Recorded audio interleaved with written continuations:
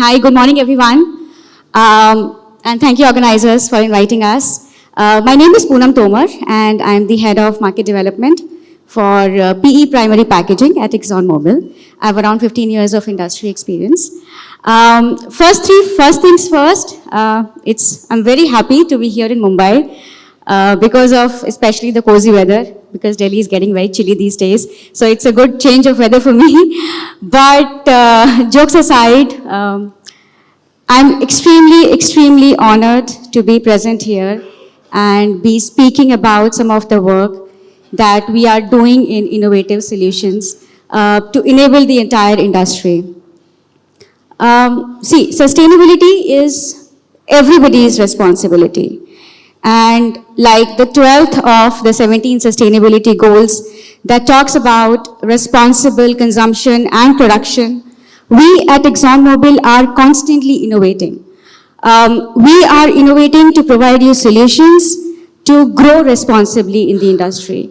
We are constantly innovating to provide you solutions, be it down-gauging solutions through our high-performance products, through enabling you to do more with less, and or be it solutions like where we help you incorporate recycle into your formulations, or be it solutions where we're talking about monomaterial solutions, right? So talking about one such or couple of monomaterial solutions that we have with us, we have such solutions both in polyethylene and polypropylene space, and I'm going to touch base, very high level touch base on some of those solutions today. Starting with PE film structures. So typical choice of substrate is basically PET or oriented PP or oriented PA, right? But what you need to understand is these products are not easily recyclable.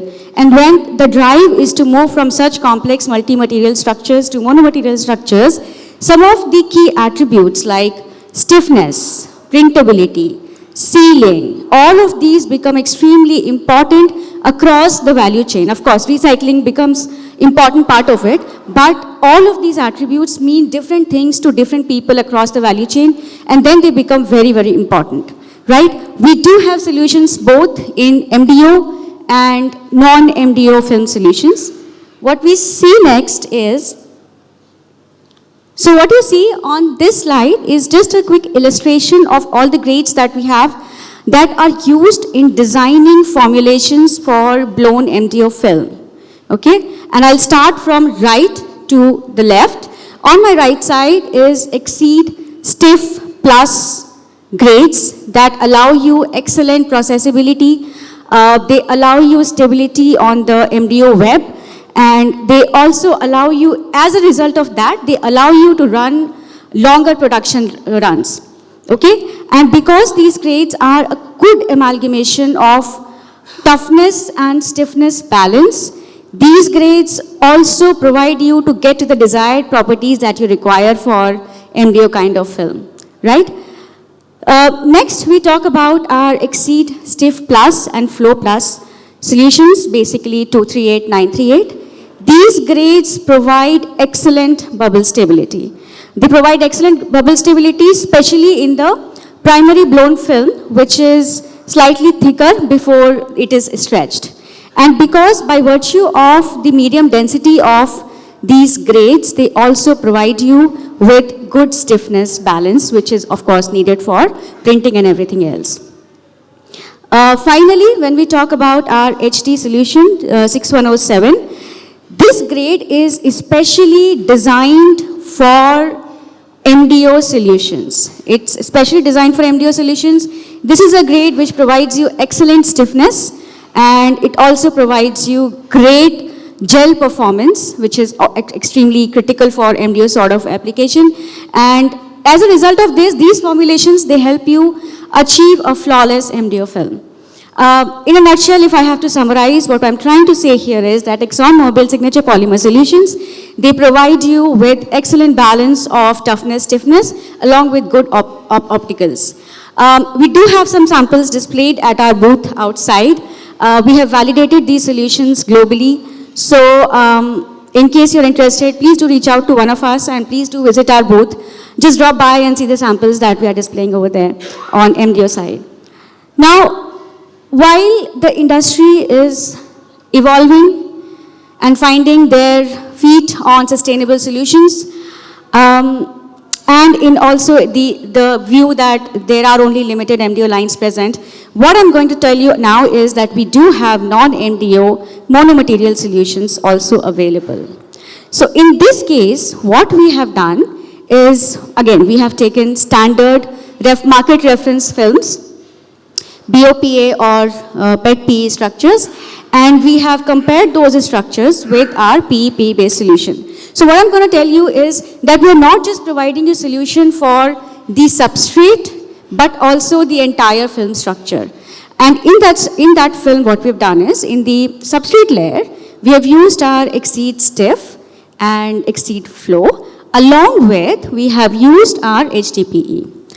And in the sealant layer, we have used Exceed Tough. Some of you might remember this as Exceed XP. So we have used Exceed Tough and with a combination of our extra seal and some HD. Now what we have done is we have compared these two structures. In the substrate, we have added HD and stiff grades to provide you heat resistance and also to give you that stiffness that is required for printability. And in the sealing layer, like, it's very intuitive that we have used our sealing grades and our tough grades to provide you those mechanical properties, right? So we have compared, and what we have observed is, although of course there will be always differences between an MDO film and a non-MDO film, but our observation was that for substrate layer, the MDO film, the PE-PE film, it provided decent optics and it provided good MD modulus. While on the sealing side, when we have had Exceed Tough and Exceed Seal, these grades provide you with good backdrop impact, they provide you with good puncture resistance, and these grades are also good and excellent and ideal for impulse filling machine. Okay, so that's what we're talking about in the solutions that we have in PE space. So we have solutions that provide you sustainable structures both for MDO and non-MDO films. Please do drop by at our booth outside and there are representatives from the company and you will be able to have a chat with them. That's more or less on the PE space. Now I move on to PP-based structures. Okay? Very quickly, so again, PET is the material of choice when it comes to substrates, and we all know that PET has higher thermal resistance, right? Now when you want to move from PET to PP, BOPP sort of structure, obviously BOPP has little lesser thermal resistance, so what you need to do is you need to reduce your seal initiation temperature to bring it closer to the required limit to compensate for the difference in the thermal resistance that exists between PET and BOPP sort of structures, right? So you need to bring down your SITs. But what happens is the typical solutions that are present in the market today, that is RCP or TERPP, those solutions still have slightly higher thermal resistance, and they provide you an SIT of 110 to 120. While what you need when you move from such structure to a BOPP structure is SIT somewhere in the range of 90 to 105. And that is exactly where our Vistamax comes into picture. Vistamax provides you with lower SIT, the desired SITs, and also it allows you to have faster line speed and also enables you monomaterial solution, of course. Provides you good puncture resistance as well. Okay, yeah, I'm sure many of you present in this room have heard about Vistamax. Vistamax is not a new product in the market. It's actually one of our very, very popular brands that we have because it is super versatile. It has good toughness, sealability, flexibility, compatibility, and because of all of these attributes, Vistamax has actually created a niche for itself in the market. It goes into a lot of applications and not just in films. So today, Vistamax goes in rigids, in films, in master batches, and many multiple applications present. The grades that you see here on the screen, because we're talking more about films right now, so these grades are more relative to the films application, but we do have a long range of products. In case you're interested to explore other applications as well, we would be happy to engage. So going back to the thought that I was speaking about earlier and connecting it to SIT. In this case, what we have done is we have taken a market reference and without, it's a proper standard 3-layer film, 25 micron, and without touching anything else, we have changed the sealing side. Now from a 92% PP composition, we have introduced around 50% Vistamax 3980.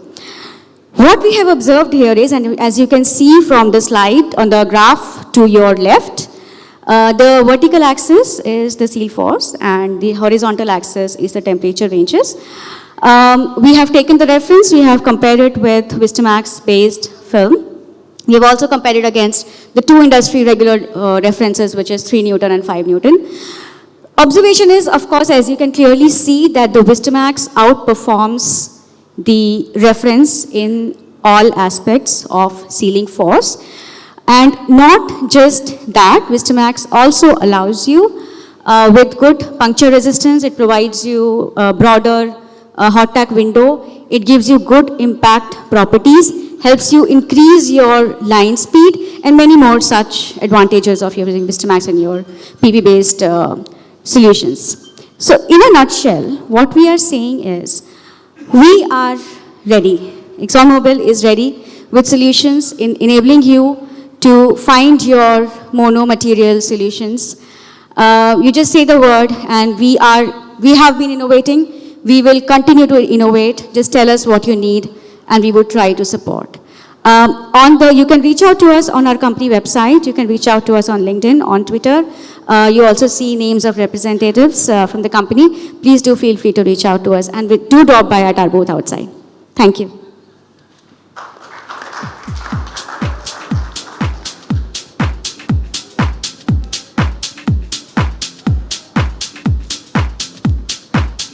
Thank you, Ms. Tomar, for an insightful presentation. Can we have a round of applause for her, everyone? Now, coming to the first panel discussion of the day, we will be focusing on intentional and choiceful packaging, designing for sustainability and impact. This session delves into how reducing packaging materials can drive sustainability while maintaining efficiency and product protection. Intentional choices in materials and connected ecosystems will explore innovative approaches that minimize waste, enhance recyclability, and support circular economy initiatives, showcasing how smarter packaging choices can lead to a more sustainable future. Our esteemed panel includes Mr. Sanjay Ghoshal, Head of Packaging, Packaging Sustainability and Strategic Packaging Productivity, DIGO India; Mr. Abhishek Arora, Group Head, Strategic Sourcing and Packaging, LT Foods Limited; Dr. Geetal Mahajan Chaudhary, Global Sustainability Packaging Lead, Kenview; Ms. Riddhi Patil, Packaging Engineer, Glenmark Pharmaceuticals Limited. This session will be moderated by Mr. Ramu Ramanathan, Editor, What Packaging, and the Print Week. So please join us in welcoming the panelist and the moderator with a huge round of applause, everyone.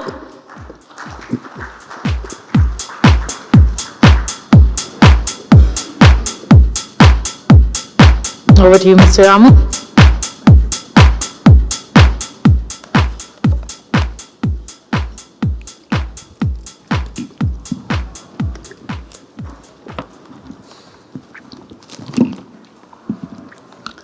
So, good morning. I'm going to stand with the permission of the panel. I think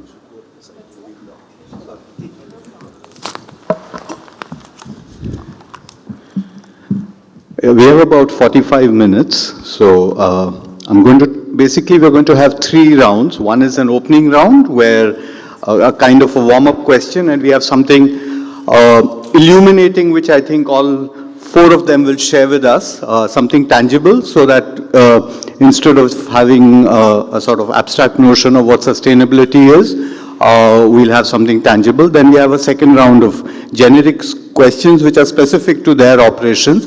And third is something which has now become the norm in all such forums, which is a rapid fire, quick sort of set of questions.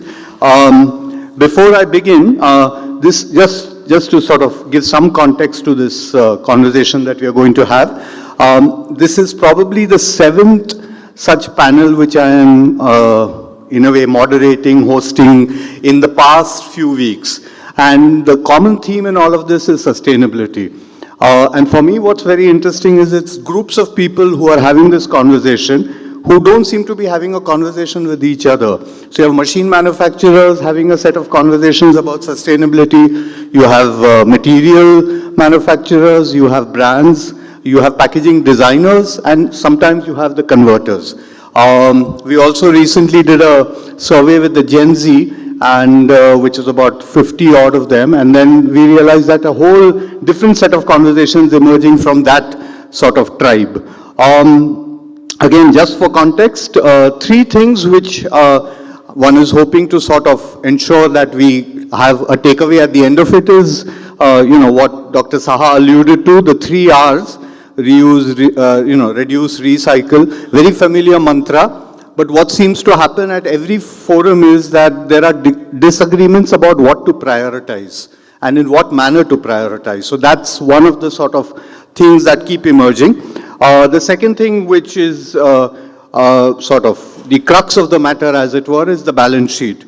And when sort of recycled resin is more expensive than virgin resin, how do you sort of manage the whole value chain in that sense? And basically, circularity does not offer a value proposition. And this is a burning issue across all the forums that we have. And then finally, I think it's divisive definitions. That one set of tech jargon means something in a particular forum, and it means something totally different or diametrically opposite in another set of forum. And again, the role of education that, platforms such as these help in creating. So that's broadly the context. I'm going to start off with round 1 straight away because I'm told that, we have only 45 minutes. So everyone says, that sustainability is a value differentiator today. Last 2 years particularly, it's been a kind of the go-to mantra.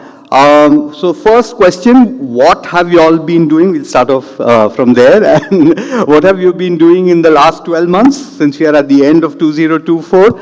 And specifically from a sustainability point of view. One is as an organization and more importantly, the kind of product range that you're handling. Sure. So, hi everyone, and thank you, Ramu sir, for this amazing introduction. I'm really glad to be here. From a Kenvue standpoint, I feel when we talk about sustainable packaging, it's more about putting people first and creating packaging experiences which will inspire our consumers to experience this change and also play a vital role in building this system. Now, when I say this, early on we learned that in this journey, we want to get the consumers with us. And it is by co-creating and prototyping concepts, what they need for their products. So what do I mean by this is, say for example, I have a Neutrogena jar, right? This is a Neutrogena jar. So basically in a normal ideal scenario back until 2022 or 2023, we used to have this sold every now and then. But with all of the rules coming in, with our Healthy Lives mission commitments,